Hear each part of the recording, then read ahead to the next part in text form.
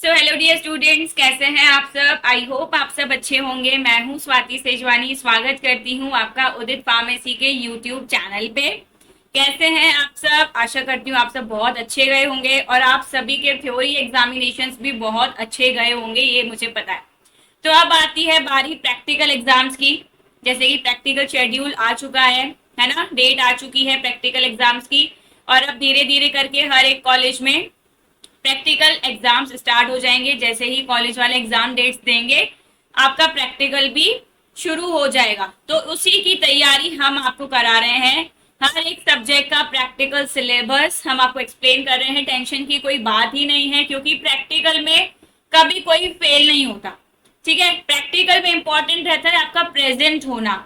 अगर आप किसी प्रैक्टिकल में एब्सेंट हो जाते हो तो फिर आप उसमें पास नहीं हो सकते, और अगर आप उस प्रैक्टिकल में प्रेजेंट हो तो उसमें आप फेल नहीं हो सकते। ऐसा होता है। तो हम ये तैयारी क्यों करा रहे हैं?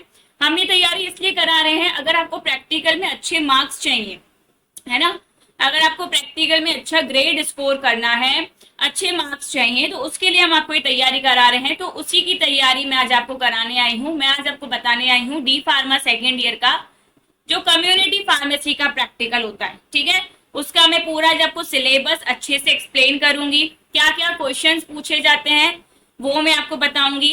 पहले मैं आपको बता देती हूँ कि प्रैक्टिकल में चीजें होती किस तरह से, है ना। तो प्रैक्टिकल में आपसे सिनॉप्सिस पूछा जाता है, जिसमें आपके ऑब्जेक्टिव्स वगैरह पूछे जाते हैं।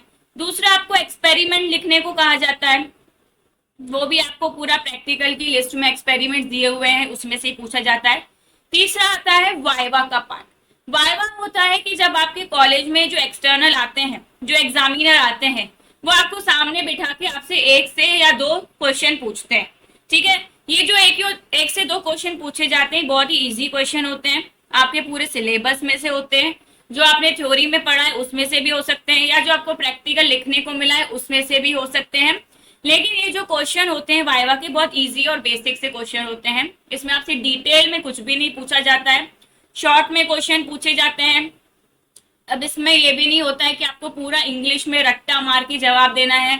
अगर आपको किसी चीज के बारे में थोड़ा सा भी पता है, किसी जानकारी के बारे में भी थोड़ा सा भी पता है, और वो एक्सटर्नल आपसे पूछ देता है और आप बता देते हो, तो उसके आगे नहीं पूछता है ना। तो सिंपल से वाइवा में क्वेश्चन पूछे जाते हैं, सिनॉप्सिस में ऑब्जेक्टिव रहते हैं, और एक्सपेरिमेंट आपको लिखने को रहता है। इस तरह से आपका प्रैक्टिकल का जो है पूरा बायफर्गेशन रहता है। ठीक है, तो हमारी जो पीसीआई है उसने प्रैक्टिकल की पूरी लिस्ट दी हुई है, ये आपको दिख रहा है, फार्मेसी काउंसिल ऑफ इंडिया। इसने पूरा जो है सिलेबस दिया हुआ है, उसी सिलेबस में आपका प्रैक्टिकल इंफॉर्मेशन भी दिया हुआ है। जैसे अगर आप अपना सिलेबस ओपन करोगे तो ये आपको कम्युनिटी फार्मेसी एंड मैनेजमेंट के नीचे ही कम्युनिटी फार्मेसी एंड मैनेजमेंट के प्रैक्टिकल का सिलेबस मिलेगा, जिसका कोर्स कोड है ER2022P, है ना। इसमें जो प्रैक्टिकल्स दिए गए हैं, ये नीचे पूरी आपको प्रैक्टिकल्स की लिस्ट वहां पे मिलेगी। मैं आपको बिल्कुल पीसीआई की पीडीएफ से ही अभी पढ़ाऊंगी। ये मैंने पीपीटी में ऐड किया है ताकि आपको एक्सप्लेन कर सकूं। तो देखो यहाँ पे प्रैक्टिकल्स जो हेडिंग दी हुई है, इस प्रैक्टिकल के बाद नीचे सारे प्रैक्टिकल्स दिए हुए हैं। इसमें से जनरल सिंपल सिंपल से क्वेश्चंस पूछे जाते हैं, है ना। कोई ऐसा हार्ड एंड फास्ट नहीं रहता कि आप इंग्लिश में ही पूरा बताओ, पूरी डेफिनेशन बताओ। आपको उससे रिलेटेड जो भी जानकारी है, जो भी चीजें पता है, अगर आप एक्सटर्नल को पूरा बता देते हो, दैट्स इनफ। ठीक है, तो प्रैक्टिकल्स अगर हम कम्युनिटी फार्मेसी के शुरू करें तो सबसे पहला, जैसे हमारा बेसिक था, हमने बहुत ज्यादा कम्युनिटी फार्मेसी के सिलेबस में पढ़ा था प्रिस्क्रिप्शंस के बारे में, है ना। तो पहला जो प्रैक्टिकल है वो आपका हैंडलिंग ऑफ प्रिस्क्रिप्शंस के बारे में है, कि प्रोफेशनल स्टैंडर्ड तरीके से प्रिस्क्रिप्शन को कैसे हैंडल किया जा सकता है। ठीक है, फिर पूछा गया है कि प्रिस्क्रिप्शन को रिव्यू कैसे किया जाता है, चेक कैसे किया जाता है कि प्रिस्क्रिप्शन लीगल है कि नहीं, कंप्लीट है कि नहीं। तो ये सब कुछ आप थ्योरी में पढ़ चुके हैं, आप सबको ये सब कुछ बहुत इजी तरीके से भी पता है। ठीक है, कि प्रिस्क्रिप्शन में कैसा कैसा क्या क्या रहता है। सबसे पहले आपसे वो डेफिनेशन भी पूछ सकते हैं प्रिस्क्रिप्शन की, कि प्रिस्क्रिप्शन होता क्या है। तो प्रिस्क्रिप्शन आप सबको पता है कि रजिस्टर्ड मेडिकल प्रैक्टिशनर द्वारा एक रिटन ऑर्डर होता है, यानी कि डॉक्टर के द्वारा लिखा हुआ जो पर्चा होता है फार्मासिस्ट के लिए, उसको प्रिस्क्रिप्शन कहा जाता है। ये आप इजीली एक्सटर्नल को बता सकते हो। फिर अगर वो आपसे पूछता है कि पार्ट्स कौन कौन से होते हैं प्रिस्क्रिप्शन के। तो प्रिस्क्रिप्शन में 8 इंपॉर्टेंट पार्ट्स होते हैं, वो आप बता सकते हो कि सबसे इंपॉर्टेंट है डेट, ठीक है। फिर डेट के बाद सबसे इंपॉर्टेंट रहता है प्रिस्क्रिप्शन का पार्ट, वो है name, age, sex and address of the patient. तीसरी चीज रहती है आपका सुपर इंस्क्रिप्शन, ठीक है। चौथा इंस्क्रिप्शन, सब्सक्रिप्शन, सिग्नेचर और रिन्यूअल इंस्ट्रक्शंस, और फिर प्रिस्क्राइबर का सिग्नेचर, एड्रेस और रजिस्ट्रेशन, ठीक है। प्रैक्टिकल में आपसे फिर पूछा जा सकता है कि प्रिस्क्रिप्शन को हैंडल कैसे किया जाएगा। तो आप कैसे बता सकते हो उसको आप बता सकते हो कि प्रिस्क्रिप्शन को हैंडल करने के कई सारे स्टेप्स हैं। जैसे सबसे पहला स्टेप आता है प्रिस्क्रिप्शन हैंडलिंग का, वो आता है रिसीविंग डिस्पेंसिंग, ठीक है। क्या आता है सबसे पहला स्टेप, वो आता है रिसीविंग डिस्पेंसिंग, यानी कि जो भी प्रिस्क्रिप्शन आ रहा है उसको आपको क्या करना है, पेशेंट से रिसीव करना, ठीक है। दिख रहा है आपको यहाँ पे सबसे पहला पॉइंट रिसीविंग डिस्पेंसिंग, जो भी प्रिस्क्रिप्शन आ रहा है उसको पेशेंट से रिसीव करना है। ये सिंपल पॉइंट्स में आपको बताना है एक्सटर्नल को कि हमारे पास प्रिस्क्रिप्शन आएगा, हम पेशेंट से लेंगे, फिर हम उस प्रिस्क्रिप्शन को रीड करेंगे, चेक करेंगे, फिर जो भी दवाइयां उसको कलेक्ट करेंगे, प्रॉपर उसकी पैकेजिंग और लेबलिंग करके हम पेशेंट को दे देंगे। सिंपल सिंपल वाइवा में ये क्वेश्चन पूछा जाएगा और सिंपल आप वाइवा में ये वाला आंसर बता दोगे। इसमें कोई हार्ड एंड फास्ट रूल नहीं है, कोई इतना टफ चीज नहीं है जो कि आप नहीं बता पाओ, ठीक है। कोई भी इसमें ऐसी चीज नहीं है जो कि आप नहीं बता पाओ, बहुत सिंपल से इजी से क्वेश्चंस रहते हैं।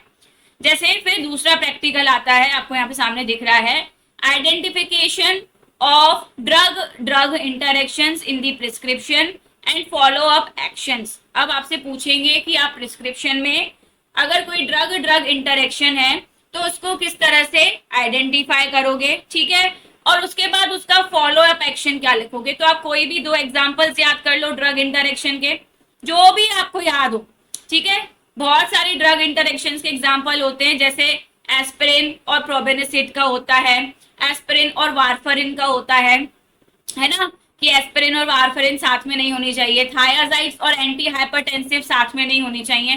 तो जो भी ड्रग इंटरेक्शंस के 2 एग्जांपल्स आपको पता हो वो आप इजीली 2 एग्जांपल्स लर्न करके चले जाओ, ठीक है। आप इजीली उनको बता पाओगे, थायाजाइड्स और एंटी हाइपरटेंसिव्स। बहुत सिंपल क्वेश्चन रहते हैं, बिल्कुल कोई घबराने की बात नहीं होती है, कुछ भी नहीं होता है। तीसरा पूछा गया है preparation of dispensing labels and auxiliary labels for the prescribed medications. हमने सिलेबस में पढ़ा था कि ऑक्सिलरी लेबल क्या होता है, पढ़ा था कि नहीं, और डिस्पेंसिंग लेबल्स क्या होते हैं। तो क्या होते हैं डिस्पेंसिंग लेबल्स, जो कि आपकी जो मेडिसिन रहती है उस पर जब आप लेबल लगा के देते हो पेशेंट को, उसके बारे में जो जानकारी देते हो उसको डिस्पेंसिंग लेबल्स कहा जाता है। फिर हमने ऑक्सिलरी लेबल्स के बारे में और एंसिलरी लेबल्स के बारे में पढ़ा था कि एंसिलरी लेबल्स क्या होते हैं। एंसिलरी लेबल्स ऐसे लेबल्स होते हैं जिसमें एडिशनल इंफॉर्मेशन रहती है, एडवाइस लिखी हुई रहती है। जैसे आपका मेडिकेशन का जो भी कंटेनर है, जैसे सिंपल मेडिसिन की ये बॉटल है, जब आप इसमें एडिशनल इंफॉर्मेशन, एडिशनल एडवाइस लिखते हो, एक्स्ट्रा इंस्ट्रक्शंस देते हो कि इसको कैसे यूज करना है, उसको एंसिलरी लेबल कहा जाता है। आप ये बता सकते हो। फिर आपसे अगर एग्जाम्पल पूछ ले तो बता दो कि एंसिलरी लेबल का एग्जाम्पल है, किसी किसी भी लिखा रहता है टेक विद फूड, यानी खाने के साथ लेना है। शेक वेल बिफोर यूज करने से पहले उसको अच्छे से शेक करना है। मे कॉज ड्राउजीनेस, इसे लेने से नींद आ सकती है। कीप रेफ्रिजरेटेड, इसको ठंडी जगह ही रखना है। इस मेडिसिन को लेना है तो अल्कोहल अवॉइड करना है। मतलब आप एक्सटर्नल को बता सकते हो कि जो छोटे छोटे स्टिकर्स रहते हैं मेडिकेशन पे चिपके हुए, जो कि एडिशनल इंफॉर्मेशन प्रोवाइड करते हैं, एडिशनल एडवाइस प्रोवाइड करते हैं, उनको एंसिलरी लेबल्स कहा जाता है। ये सारे पिक्चर्स मैं आपको यहाँ पे क्यों दिखा रही हूँ, इसलिए दिखा रही हूँ ताकि इसमें से जो भी आपको इजीली समझ में आए आप उसको 2-3 को एग्जाम्पल्स को बढ़िया याद कर लो और एक्सटर्नल को वो एग्जाम्पल्स बता दो, ठीक है। चलो फिर नेक्स्ट प्रैक्टिकल है कि ये जो नीचे सारी चीजें दी गई हैं इनको मेजर कैसे किया जाता है पेशेंट्स में। जैसे कि ब्लड प्रेशर को कैसे रिकॉर्ड किया जाता है, तो ब्लड प्रेशर को रिकॉर्ड करने के लिए जो इंस्ट्रूमेंट यूज किया जाता है उसका नाम क्या होता है, उसका नाम आपको पता होना चाहिए, होता है स्फैग्मोमैनोमीटर। फिर हमने पढ़ा था कि ब्लड प्रेशर को मेजर कैसे किया जाता है। बढ़िया पेशेंट आए, उसको 2 मिनट का रेस्ट दो, बैक उसका स्ट्रेट होना चाहिए, उसको बिठाओ, ठीक है। जो बीपी मशीन का कफ होता है वो उसके हैंड पे लगाओ, ठीक है, फिर उसको रेस्ट करने को बोलो, फिर आप बीपी उसका मेजर करो। इस तरह से ब्लड प्रेशर को रिकॉर्ड किया जाता है। दूसरा पूछा गया है कैपिलरी ब्लड ग्लूकोज मॉनिटरिंग। इसमें हम ब्लड में ग्लूकोज का लेवल क्या है उसको मॉनिटर करते हैं, ठीक है, इसलिए उसको क्या गया है capillary blood glucose level monitoring, ठीक है। इसको जो मेजर किया जाता है वो किस तरह से किया जाता है, सिंपल आपसे एक्सटर्नल पूछ सकता है कि कैपिलरी ब्लड ग्लूकोज मीटर को किससे मेजर करोगे, तो आपको आंसर देना है ग्लूकोमीटर, ठीक है। आपको क्या आंसर देना है, मैं यहां लिख देती हूं, आपको आंसर देना है ग्लूकोमीटर। ग्लूकोमीटर से ही ग्लूकोज का लेवल मेजर किया जाता है। सिंपल क्वेश्चन ये पूछ सकते हैं। तीसरा आपका पूछा गया है lung function assessment using peak flow meter.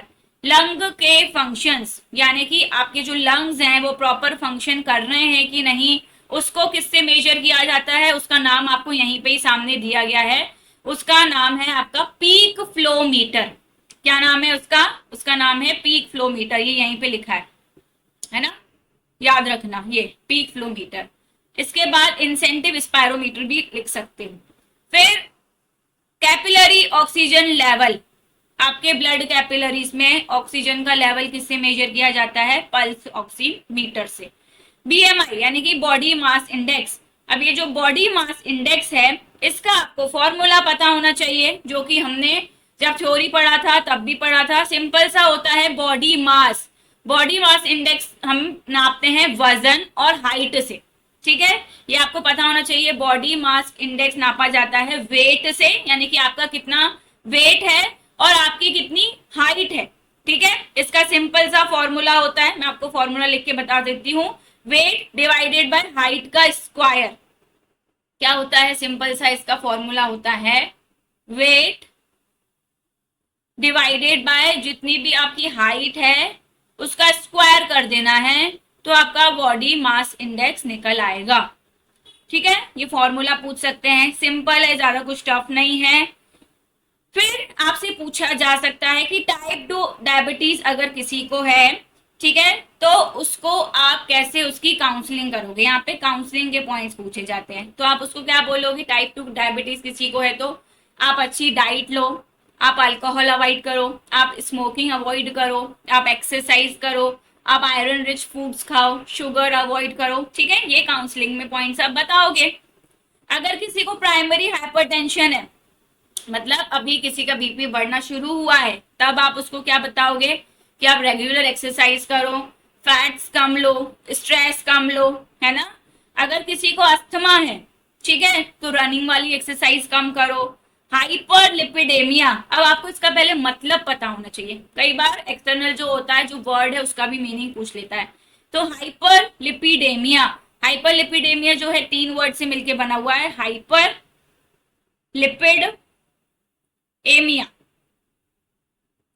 एमिया मतलब होते हैं आपके ब्लड वेसल्स में जब लिपिड यानी कि फैट का अमाउंट बढ़ जाता है, ठीक है, तो उसको कहा जाता है हाइपर लिपिडेमिया। अगर किसी को हाइपर लिपिडेमिया हो गया तो आप उसकी पेशेंट काउंसलिंग कैसे करोगे कि आप फैट्स बिल्कुल मत लो, आपके ब्लड वेसल्स ऑलरेडी नैरो हो चुके हैं, सिकुड़ चुके हैं, आप फैट्स लोगे तो और फैट डिपोजिट होता जाएगा और आपको दिक्कत हो जाएगी। फिर आर्थराइटिस किसी को हो गया है तो उसके बारे में क्या क्या पेशेंट काउंसलिंग करोगे। ये सिंपल एक एक नंबर के क्वेश्चन जो एक्सटर्नल पूछता है, ज्यादा डीप में प्रैक्टिकल में कुछ भी नहीं पूछा जाता है ना। प्रैक्टिकल आपको देना है एकदम रिलैक्स होके, क्योंकि सिनॉप्सिस आप कर लोगे, ऑब्जेक्टिव्स आएंगे, एक्सपेरिमेंट्स आपको कॉलेज में लिखने को मिलेगा, आप आराम से लिख लोगे। और वाइवा में जो एक्सटर्नल क्वेश्चन पूछेगा वो 1 से 2 क्वेश्चन पूछेगा, वो भी बेसिक क्वेश्चन पूछेगा, बिल्कुल टेंशन की बात ही नहीं है, सिंपल से सिंपल क्वेश्चन पूछे जाएंगे। जैसे यहाँ पे देखो क्या पूछा गया, अगर किसी को हेडेक है तो क्या क्या काउंसलिंग करोगे आप उसकी। किसी को जीआई डिस्टर्बेंस है, मतलब किसी का नोजिया हो रहा है, किसी का जी मचला रहा है, किसी को वॉमिटिंग हो रही है ना, किसी को डायरिया हो रहा है, किसी को कॉन्स्टिपेशन हो रहा है, सिंपल क्या क्या आप पेशेंट काउंसलिंग पॉइंट्स बताओगे वो, ठीक है। तो ये सारी चीजें जो हैं इनको एक एक बार आप जनरल देख लेना कि ये होती क्या है, वैसे हम सिलेबस में इसको पढ़ चुके हैं।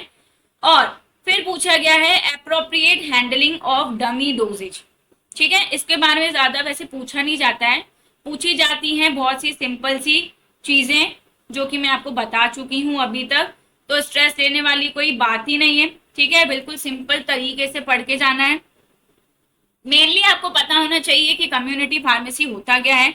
तो कम्युनिटी फार्मेसी तो आप सबको पता है कि क्या होता है, जो रिटेल मेडिकल का स्टोर होता है उसी को ही हम कम्युनिटी फार्मेसी कहते हैं, है ना। जहाँ पे जो है मेडिकल वाला जो कि फार्मासिस्ट होता है, रजिस्टर्ड फार्मासिस्ट, पेशेंट्स को दवाइयां प्रोवाइड कराता है, दवाइयों की डिस्पेंसिंग वो करता है। ठीक है, उसी को ही कम्युनिटी फार्मेसी कहा जाता है। और यही हमारा सब्जेक्ट है कि कम्युनिटी फार्मेसी का मैनेजमेंट किस तरह से हम करें। सिंपल बेसिक ये वाले क्वेश्चंस आपको याद रखने हैं। इसके बाद जो मैं आपको बता रही थी अभी कि किस तरह से आप इस बारे में बता सकते हो कि कौन कौन सी चीजें आपसे पूछी जा सकती हैं सिलेबस से रिलेटेड। सिलेबस में भी आपका प्रिस्क्रिप्शन सबसे इंपॉर्टेंट टॉपिक है। ठीक है, उसके बाद आपका पार्ट्स ऑफ प्रिस्क्रिप्शन आपसे पूछा जा सकता है, तो आप पार्ट्स ऑफ प्रिस्क्रिप्शन के भी नाम याद रखना। ज्यादा डिटेल में कुछ भी मत सोचना, पार्ट्स याद रखना, उसको हैंडल कैसे किया जाता है वो अच्छे से पढ़ लेना। ठीक है, कि प्रिस्क्रिप्शन को हैंडल कैसे किया जाता है। अब अपन आते हैं हमारे इस वाले टॉपिक पे कि हैंडलिंग कैसे करेंगे हम डमी डोजेज फॉर्म्स की। कि ओरल लिक्विड्स है तो उसको मेजरिंग कप से कैसे मेजर करेंगे, आई ड्रॉप्स को कैसे हैंडल करेंगे, इनहेलर्स को कैसे करेंगे, नेजल ड्रॉप्स को कैसे करेंगे, इंसुलिन पेन, नेब्यूलाइजर्स, अलग अलग तरह की जो टैबलेट होती हैं, जो पैचेस होते हैं, एनेमास से सपोजिटरीज होते हैं, इनको अपन हैंडल कैसे करेंगे, है ना। इसके बारे में भी आपसे पूछ सकते हैं। तो आप बता सकते हो कि अलग अलग जो मेडिसिन होती हैं उनको अलग अलग इन्वायरमेंट में रखना पड़ता है, कुछ चीजें जो हैं उनको सॉरी एक्सट्रीमली रेफ्रिजरेशन में रखना पड़ता है, कुछ चीजों को हम नॉर्मल इन्वायरमेंट में भी रख सकते हैं। इसके बाद लास्ट जो चीज आती है वो आती है use of community pharmacy software and digital health tools. इसके बारे में आपको बस इतना ही बताना है कि पहले के जमाने में इतने ज्यादा सॉफ्टवेयर टूल्स नहीं होते थे। आजकल जो है कम्युनिटी फार्मेसी में बहुत ज्यादा सॉफ्टवेयर और हेल्थ टूल्स आ गए हैं जिससे भी किसी भी बीमारी को डायग्नोस किया जा सकता है। ठीक है, फार्मेसी के जो भी बिल्स है, ठीक है, जो भी इन्वेंटरी कंट्रोल्स हैं, इन्वेंटरी का मतलब आप सबको पता है, इन्वेंटरी का मतलब भी वो पूछ सकता है, मतलब जो आपका स्टॉक मैनेजमेंट है उसको भी जो है मैनेज किया जा सकता है सॉफ्टवेयर्स के द्वारा। ठीक है, तो सॉफ्टवेयर सिर्फ एक जगह पे यूजफुल नहीं है, सॉफ्टवेयर कई सारी जगह पे यूज है। और ये जो डिजिटल हेल्थ टूल्स हैं ये पेशेंट के लिए बहुत ज्यादा यूजफुल हैं। इससे हम दूर बैठे पेशेंट्स का भी क्या कर सकते हैं, इलाज कर सकते हैं। आजकल ऑनलाइन फार्मेसी स्टोर्स आ गए हैं, ठीक है, वो भी डिजिटली रन हो रहे हैं। इसके बारे में थोड़ी बहुत जानकारी आपको लेके जानी है और आपको एक्सटर्नल से जो भी आपको आता है उससे रिलेटेड भी जो कुछ भी आता है आप उसको बताओगे, बिल्कुल सही जाएगा, बिल्कुल टेंशन की कोई बात नहीं है। ठीक है, प्रैक्टिकल बहुत इजी रहता है, बिल्कुल दिक्कत नहीं आती है। इतने सबके एक्सप्लेनेशन के बाद भी अगर आपको कोई भी डाउट है किसी भी चीज में तो आप नीचे कमेंट बॉक्स में मुझसे पूछ सकते हो, तुरंत मैं आपको रिप्लाई दूंगी। ठीक है, मीनवाइल आप मेरा यूट्यूब चैनल सब्सक्राइब कर सकते हो, मेरा यूट्यूब चैनल है फार्मेसी विद स्वाति और इंस्टा पे मैं आपको मिलूंगी फार्मेसी विद स्वाति नाम से मेरी आईडी है, वहां पे भी आपको बहुत सारी एजुकेशनल वीडियोस मिलेंगी। इसी तरह से मैं आपसे मिलती रहूंगी। That's all for today, thank you so much everyone for watching.